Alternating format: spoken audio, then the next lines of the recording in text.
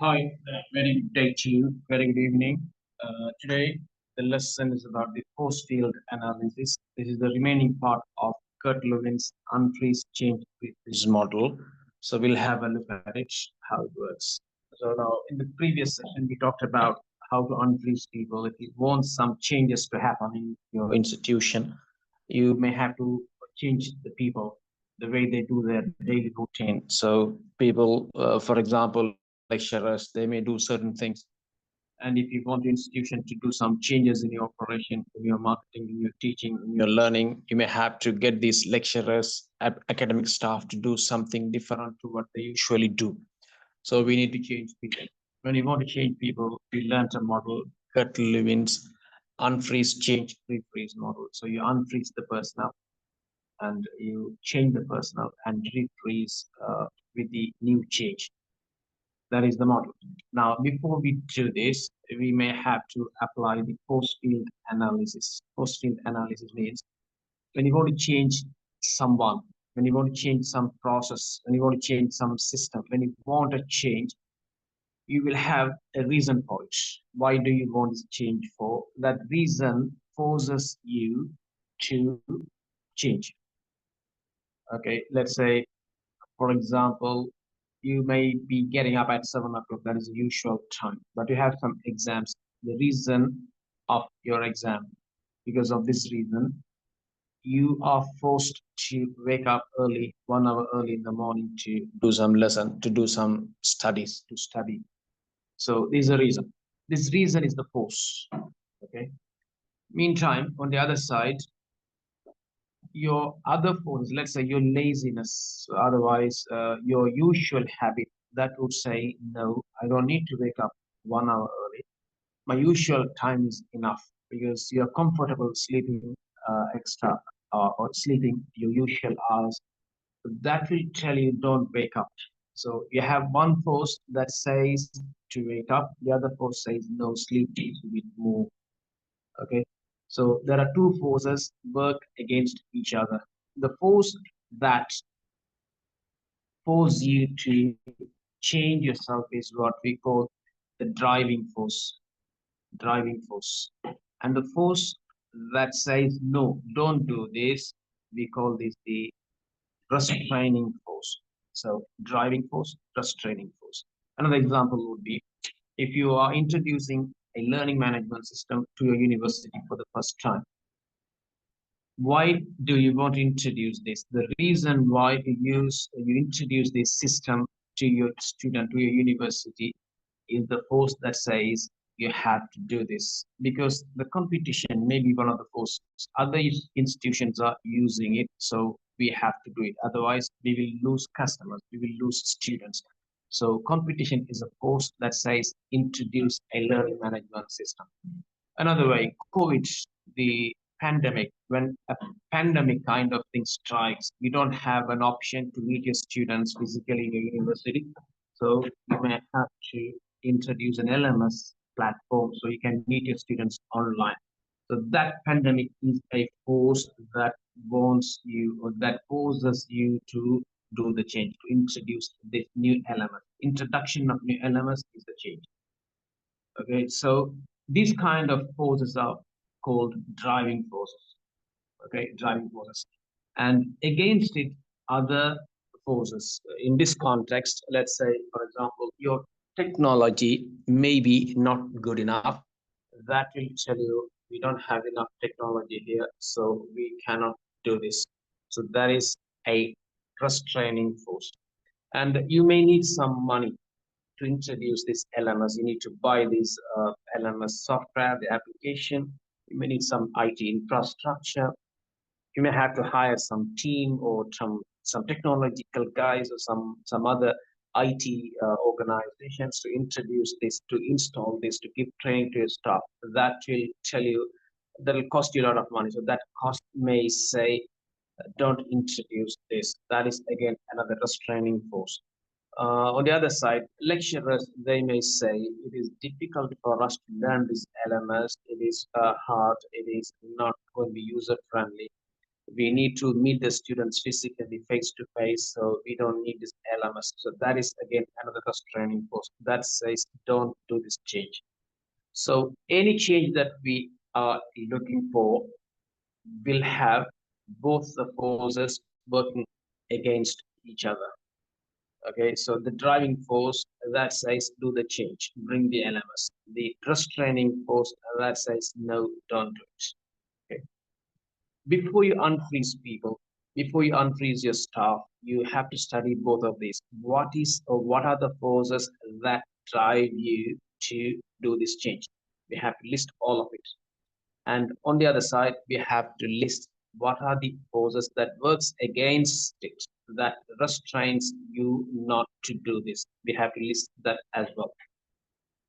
When we list both of it, we understand the force of the driving side and the force of the or forces of the restraining side as well. If we know both of it exactly, we can do something about it to make this change an easy one. Simply, this is what we do. If you have driving forces and if you have the restraining forces as well, all you need is to analyze the size of this force, driving force and the restraining force. Physics, or in terms of your physics that you learned, to move from your to move or to do the changes. Let me take one more terminology here that I missed in the previous session. Your university is working without LMS, so that is your current state. Current state.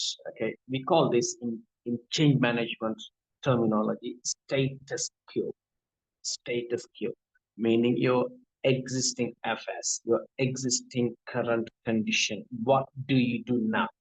If you're an institution, if you're a university, what do you do now? You teach students in your classroom using whiteboard, maybe interactive whiteboard, with some PowerPoint slides and projector using the computer. That is what your status quo. Now, your desired state, your future state, your desired state is about the LMS introduction. We're going to do the same teaching, maybe some different methods of teaching using LMS. You're going to meet your students on the LMS to have some interaction with them. So that is just a desired state. So status quo is your existing state.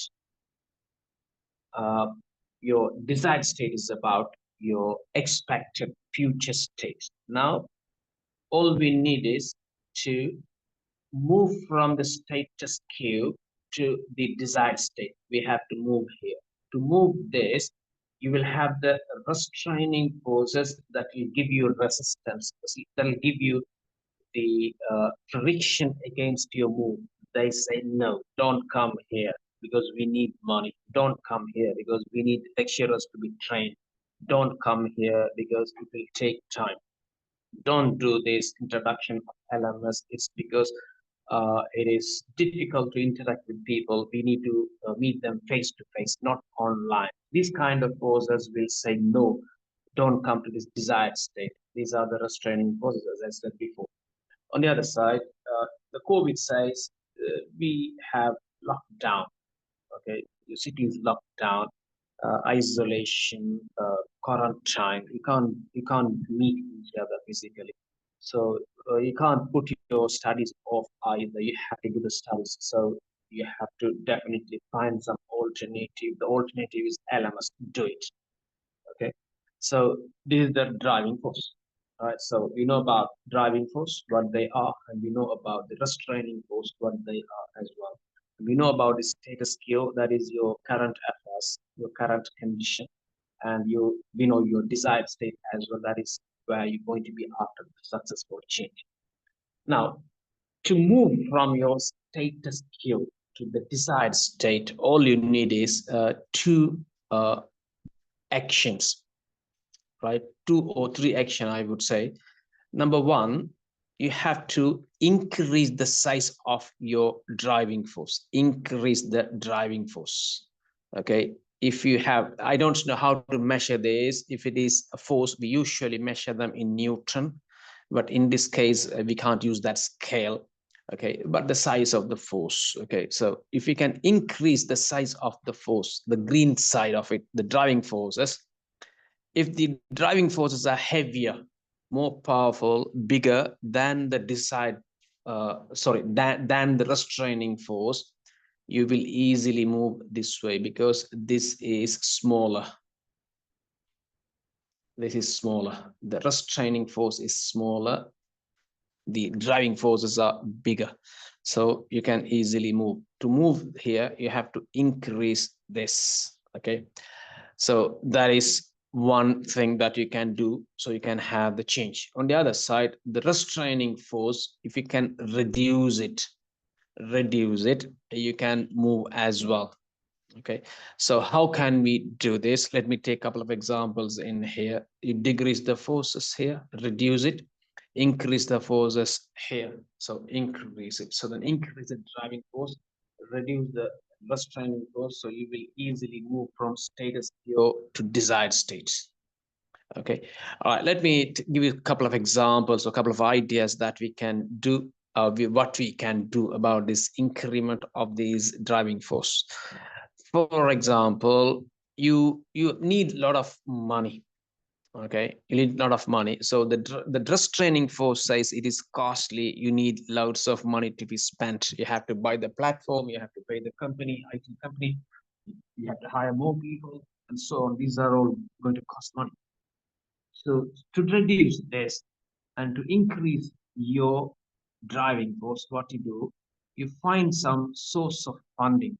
You get some buy from your finance department, get some money. If you say, okay, you say it is costly. When someone says costly, so they're trying to restrain you, and you say, okay, costly is fine, but I have money. So if you have money, the cost issue is eradicated, it's gone. Okay, so you're reducing your restraining force, you're increasing this one. And some lecturers, they may say that we've never used this before. We are not used to this. We can't use this, so it's difficult.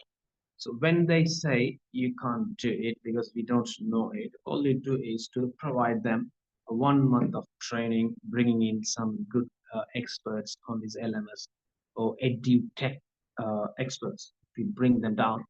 They can train them so that you can easily increase the driving force and reduce the restraining forces. Okay, that's about training. And if your lecturers or students say that we don't have this face-to-face interaction here, that's difficult to transfer knowledge. We can't teach students, we can't transfer knowledge to students as we can do face-to-face on the LMS. So you can introduce certain features that you can use a camera or powerful video chatting or video communication system into your LMS and tell them, just now meet a student here. You fix camera to students' location as well as yours. You try to interact with them. If you can speak to each other well, and you can say, okay, now this is more or less equal to face to face. So you justify that we don't have any problem with using LMS because you can interact as usual or as you used to using LMS, like your face-to-face interaction. So these kind of things may reduce the restraining force, increase the driving force. So you will easily introduce your LMS. This is how the force field analysis is done. Let me take an example to understand this. Here, look at this. Right. The right now, hang on.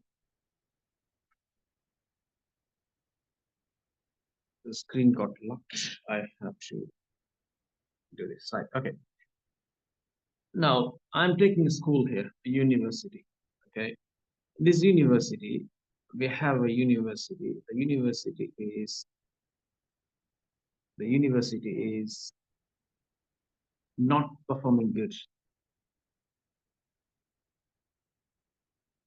The university is not performing good. They're not. Hang on. Let me sort the screen out first.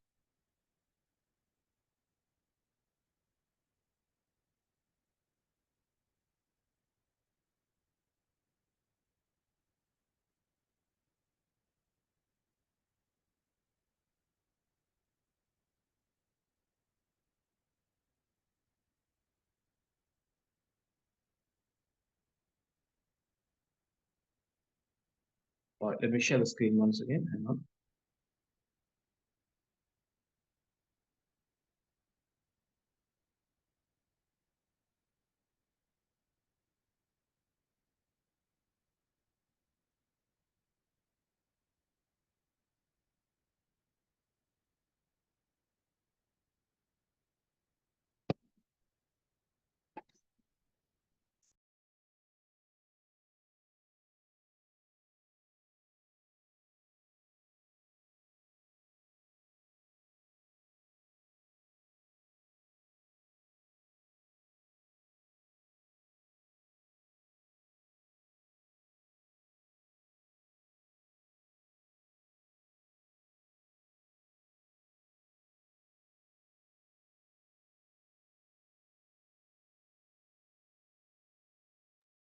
Right, sorry about the interruption. Now let's take it. Okay, so here, the school, the status quo is this. Okay? The school, they don't produce any good students. They don't produce any good results. They don't produce any discipline. They are having fun. Okay, no education, fun and join the school. So there's no teaching taking place. There's no exam preparations taking place, and so on. This is school.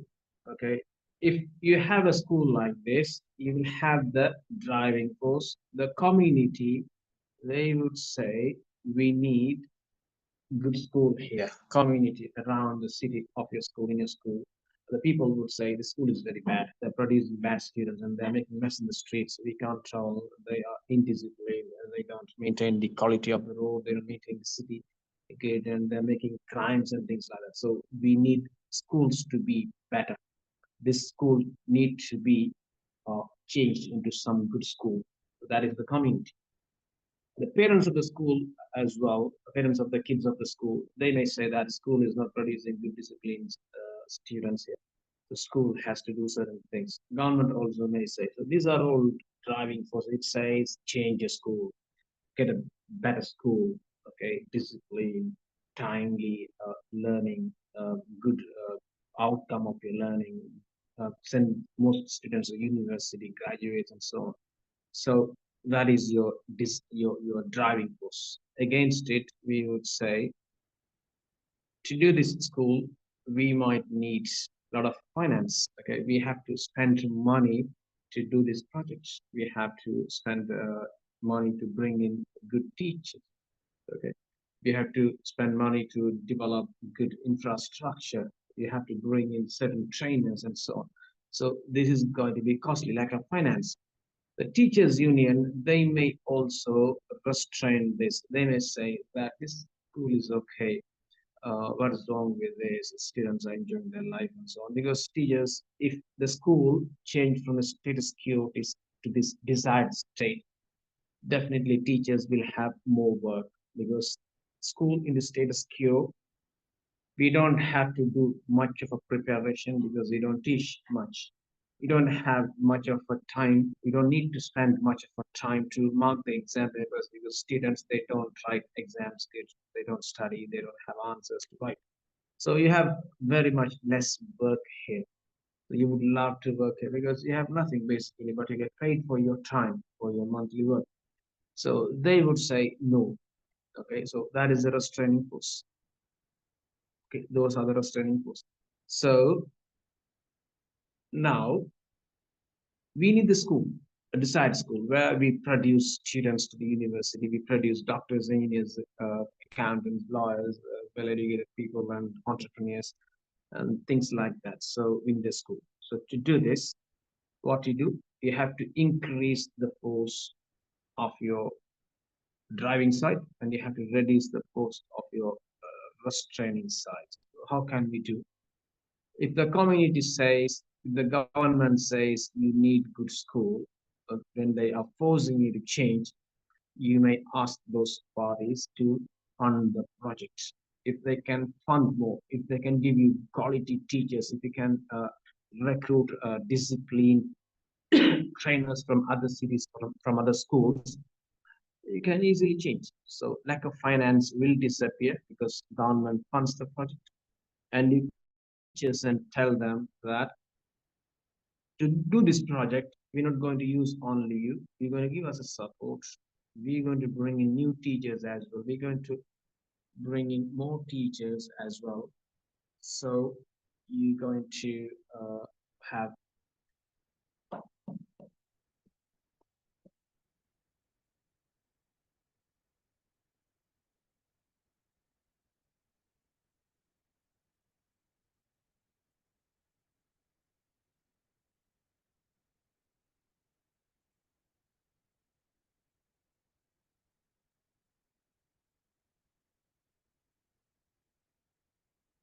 hang on, the internet issue. I'll be sorting it out.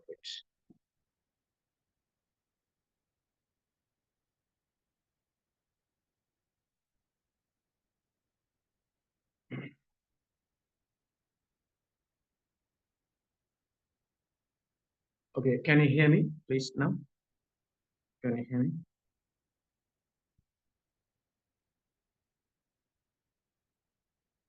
Can one of you on the mic and speak? Yes, sir. Clear. Right, okay.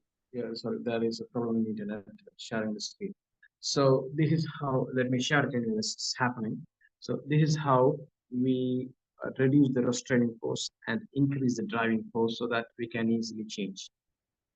Okay, so before we unfreeze people, before we unfreeze the lecturers, your students, or your institution, we have to do this force field analysis, and it's easy for us to do these kind of things. Okay, so that is what this theory means. So now you have got the complete idea about how it works. Final slide of it is this.